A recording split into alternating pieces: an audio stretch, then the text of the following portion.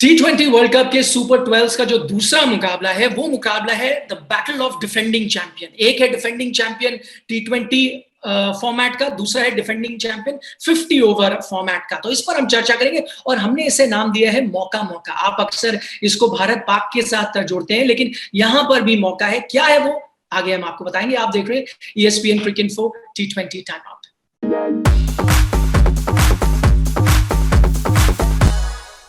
तो हमारे साथ कार्यक्रम में जुड़ते हैं अजीत अगरकर। अजीत, हम मौका मौका इसलिए कह रहे थे, वो इसलिए क्योंकि ये जो राइवलरी है ना, बहुत ही वन साइडेड राइवलरी है इंग्लैंड और वेस्ट इंडीज की T20 वर्ल्ड कप में। कभी भी इंग्लैंड ने 5 मुकाबलों में वेस्ट इंडीज को T20 वर्ल्ड कप में नहीं हराया, लेकिन ये इंग्लिश टीम जो है, आपको लगता है अलग है और ये रिकॉर्ड को चेंज कर सकती है? बिल्कुल कर सकती है। आई थिंक दुबई में मैच भी हो रहा है, ग्राउंड बड़ा है, थोड़ी सी गति होगी उस पिच में, तो इंग्लैंड अपने तेज गेंदबाजों को यूज कर सकता है।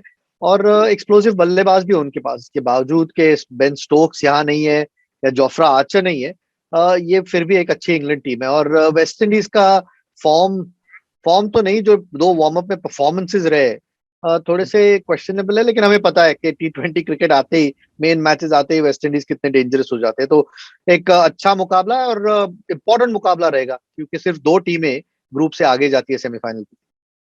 इसको हम आक्रामक बैटिंग की जंग भी कह रहे हैं, क्योंकि बहुत ही फायर पावर है। अगर आप दोनों टीमों की बैटिंग देखें और 2020 से हम जो रिकॉर्ड देख रहे हैं, सुपर 12 में जितनी भी टीमें आई हैं, हाईएस्ट रन रेट इन दोनों टीमों का है। सबसे बड़ी बात तो अजीत, यहाँ पर एक खुशखबरी होगी वेस्ट इंडीज के लिए, वो ये कि आंद्रे रसल ने अभ्यास मैच में गेंदबाजी तो शुरू कर दी है। बिल्कुल, क्योंकि एक तो हमने देखा शुरुआत में सेकंड फेज आईपीएल में, जब वो गेंदबाजी कर रहे थे कितना फर्क पड़ रहा था। केकेआर को आसानी से जीत रहे थे, क्योंकि एंड के ओवर्स करते हैं, अग्रेसिवली की उन्होंने गेंदबाजी। तो अगर फिट हुए तो बहुत बैलेंस आ जाता है टीम में। आप एक एक्स्ट्रा बल्लेबाज खिला सकते हो या एक्स्ट्रा गेंदबाज, ऑलराउंडर का यही फर्क पड़ जाता है, कितने फिट है हम, क्या 4 ओवर कर सकते हैं, वो देखना होगा। लेकिन अगर 2 या 3 ओवर भी देते हैं वेस्ट इंडीज को और अच्छी गेंदबाजी कर पाते हैं तो बहुत फर्क पड़ेगा, क्योंकि बैटिंग उनकी अकेले मैच जिता सकते हैं। तो उनका खेलना बहुत इंपॉर्टेंट है वेस्ट इंडीज के लिए, और भी फॉर्मिडेबल बना देता है उनको। जब इतनी फायर पावर है अजीत, कहीं पे मैं पढ़ रहा था कि ये लोग सोच रहे हैं कि रॉस्टन चेस को आप एक बतौर एंकर खिलाएं। क्या इस बैटिंग ऑर्डर को ये क्या बोलते हैं, रणनीति की जरूरत है? क्योंकि अगर आपके पास इतने तेज तरार बल्लेबाज है, उनको आप खिलाएं, एंकर की है जरूरत?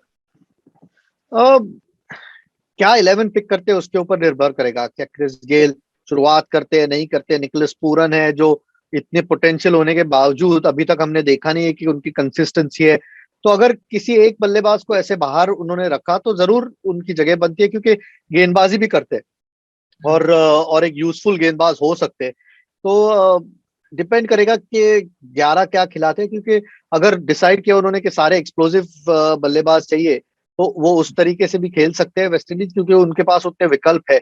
लेकिन मुझे लगता है कि रॉस्टन चेज जैसा एक बल्लेबाज होना जरूरी है, खास करके वेस्ट इंडीज टीम के लिए, क्योंकि फिर बाकी के बल्लेबाज थोड़े फ्रीली खेल सकते हैं और एक तरीके से खेलते हैं। पोलार्ड थोड़े से अब थोड़े वॉचफुल खेलते हैं जब बल्लेबाजी करने आते हैं, लेकिन बहुत निचले क्रम पे आते हैं। तो बीच में या 3 या 4 नंबर पे एक रॉस्टन चेज जैसे बल्लेबाज हो तो जरूर फायदा हो सकता है।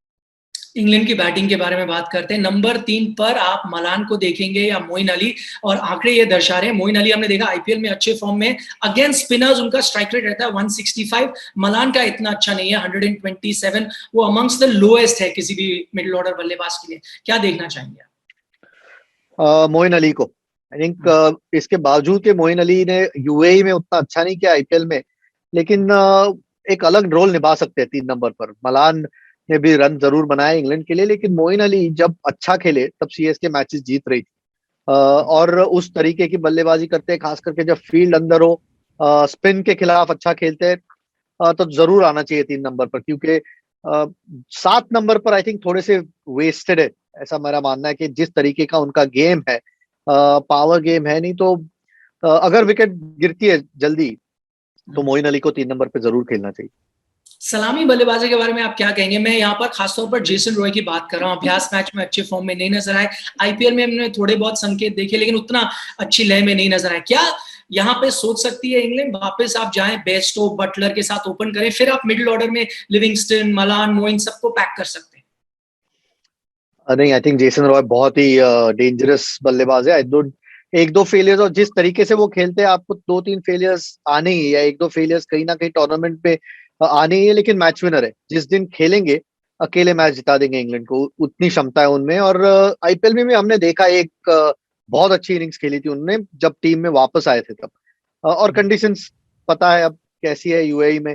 दुबई का ग्राउंड है वो, वहाँ पिच भी अच्छी होती है। तो जेसन रॉय और बटलर जैसे डिस्ट्रक्टिव अगर आपके पास ओपनिंग बल्लेबाज हो, बेस्टो भी है, लेकिन बेस्टो को शायद इंग्लैंड टीम में एक अलग रोल दिया गया है। तो आपके पास अगर रॉय और बटलर जैसे बल्लेबाज है तो हमेशा सामने वाली टीम, चाहे कोई भी गेंदबाजी हो उनके पास या कोई भी बॉलिंग टीम हो, हमेशा थोड़ी वरीड रहेगी।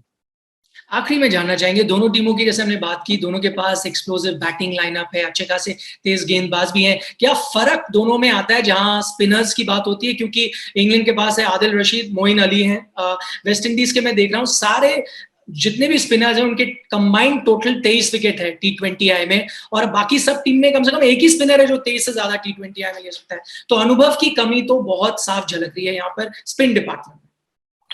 अनुभव की कमी है, लेकिन वेस्ट इंडीज के खिलाफ चाहे आदिल रशीद हो या मोइन अली, मुझे नहीं लगता वेस्ट इंडीज के खिलाफ उनको कोई चिंता होगी उन स्पिनर से।